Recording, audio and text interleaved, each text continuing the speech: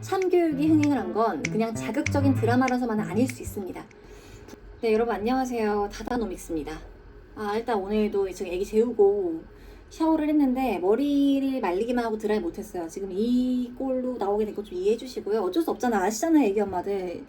지금 밤에 애기 재우고서 솔직히 머리 막 세팅하고 하는 것도 다 이게 다 자기적인 거라고요. 그쵸?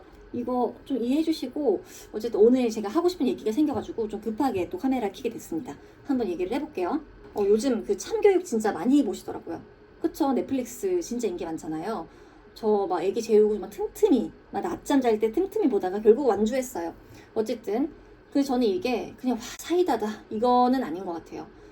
제가 부모가 되고 나니까 이런 학교 얘기가 예전처럼 남의 일로는 그냥 안 보이더라고요. 예전에는 그냥 쟤네 진짜 미쳤네. 진짜 미친 거 아니야? 막 이 정도로 하고서 화만 났을 것 같은데 이제는 좀 생각이 들어요. 아니 도대체 나중에 우리 애기는 어떻게 어디서 키워야 되는 거지? 그 참교육이 건드린 게 사실 단순히 나쁜 사람 혼내주는 통쾌함만은 아닌 것 같거든요. 드라마 안에서도 학교 폭력 문제 나오고요. 또 교사에 대한 허위사실 퍼진 이야기 나오고 이것이 미쳤더라. 아니 얘들아 그런 식으로 하면 누가 진실되게 수업을 하냐고. 니네가 결국 피해보는 거야. 그리고 또 학부모 민원이나 압박 때문에 선생님도 힘들어하시는 거. 이것도 진짜 아니 불만이 솔직히 있을 수는 있어.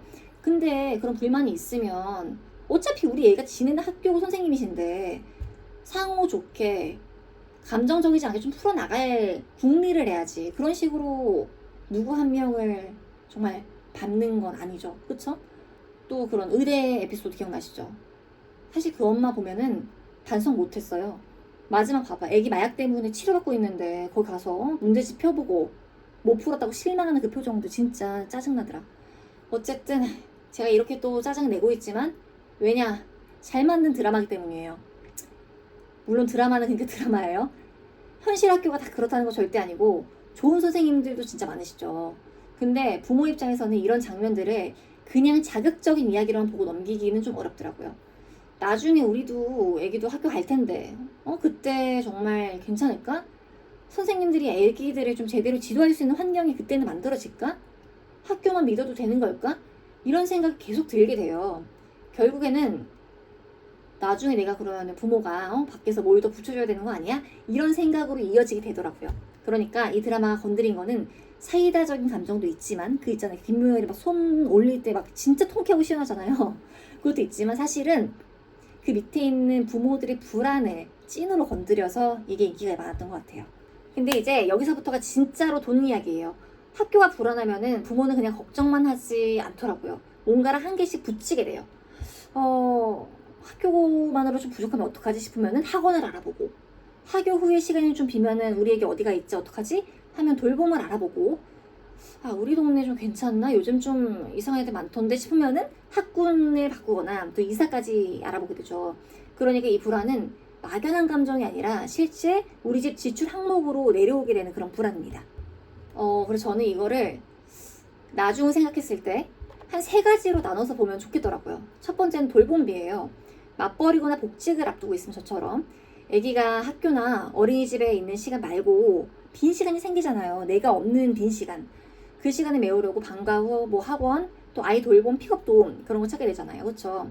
근데 이건 단순하게 공부를 시킨 돈이 아니라 부모가 일을 하기 위해서 필요한 돈일 수도 있어요. 저도 그 복직을 생각하면 진짜 이것 때문에 복잡한데요.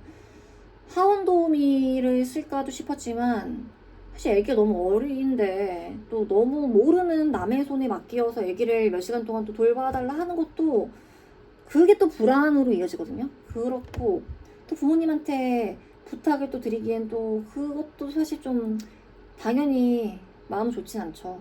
왜냐면 이제 좀 쉬셔야 되는데 이것도 부탁을 드리는 거잖아요. 어쨌든 저도 벌써 머리가 아프고 진짜 남의 일 같지 않고 그랬었습니다. 자, 두 번째는 학습비예요. 아이가 진짜로 배우는 데 필요한 돈이죠. 뭐 영어, 수학, 예체능, 독서, 뭐 요즘 체육에서 뭐 줄넘기 그런 것도 배운다대요.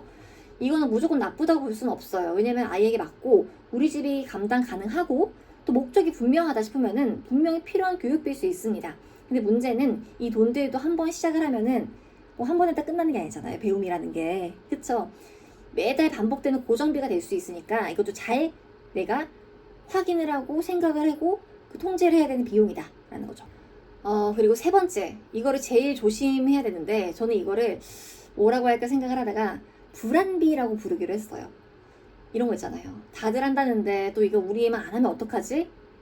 이 동네에서 내가 계속 살아도 될까? 나중에 혹시 내가 선택을 잘 못해서, 내가 잘 못 알아봐서 우리 애가 뒤처지면 어떡하지? 이런 마음 때문에 내가 붙인 돈이요. 문제는 이 돈은 끝이 없다는 거죠. 하나를 붙이면 또 하나가 보이고 계속 새로운 게 생겨나는 게 불안비예요. 왜냐면은 무엇인가와 비교를 하기 시작하면은 계속해서 부족해 보이거든요. 사람이란 게 원래 그렇잖아. 예를 들어 이런 거죠. 애기가 초등학교 가서 이제 공부를 한다 생각을 해볼게요. 방과 후 하나 하고 있고, 영어 하나 다니고, 수학도 다니고, 이런 기본만 해도 이미 매달 고정비가 생깁니다.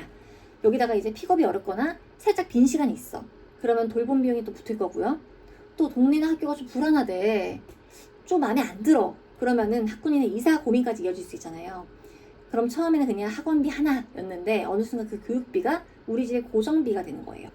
그래서 저는 이 참교육을 보면서 단순히 학교가 무섭다, 미쳤다 이게 아니라 이런 생각이 들었어요.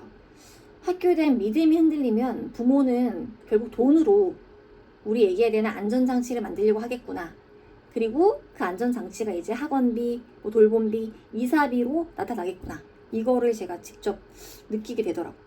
실제로 사교육비도 이미 작지가 않아요. 2025년에 초중고 사교육비 총액이 약 27조 5천억 원이었고요. 진짜 많죠. 사교육비가 평균적으로 60만 원 넘었대요. 물론 이건 평균이라 가지고 우리 집이 딱 이만큼 쓴다는 건 아니에요. 중요한 건 교육에 대한 불안이 커질수록 이 숫자가 남의 얘기처럼 느껴지지 않는다는 거예요. 사실 애기 어릴 때는 60만 원? 진짜 그 정도 쓴다고 하지만 또 몰라. 내가 갔는데 나 100만 원 쓰고 있고 200만 원 쓰고 있고.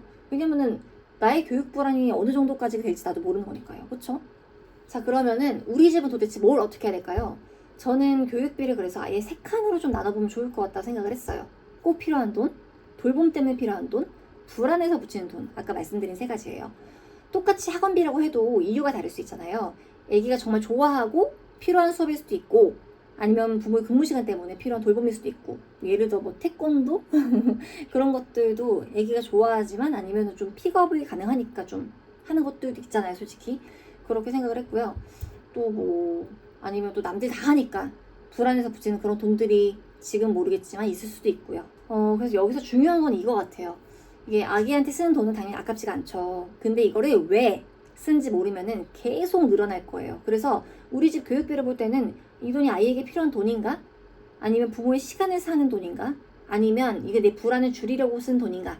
요걸 한 번씩 나눠봐서 혹시 너무 과하다 싶으면은 그 안에서 조절을 하고 해야지 경제적으로 좀 관리가 되지 않을까라고 생각을 했습니다. 결국 오늘 이야기의 결론은 이거예요. 참교육이 흥행을 한 건 그냥 자극적인 드라마라서만은 아닐 수 있습니다. 부모들이 이미 내 학교에 대한 불안, 교육에 대한 불안, 내 애기가 뒤처질까 봐 드는 불안, 그 불안이란 감정을 가지고 있기 때문에 이게 그렇게 뜬 것 같아요.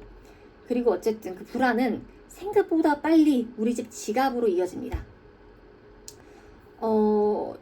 저는 아직 애기가 어려가지고 좀 고견을 구하고 싶어요. 여러분은 어떻게 생각을 하세요? 이런 학교에 대한 불안이 정말로 교육비나 주거 선택에 영향을 주고 있다고 생각을 하시나요? 오늘의 다다노믹스는 여기서 이렇게 마무리하겠습니다. 제가 질문 드린 부분에 대해서 답글 주시면은 정말 너무 감사하고 같이 고민해보는 시간을 만들어 보고 싶어요. 그럼 저는 또 다음번에 좋은 주제 연구해서 가져와 보도록 하겠습니다. 이상 다다노믹스였습니다. 감사합니다.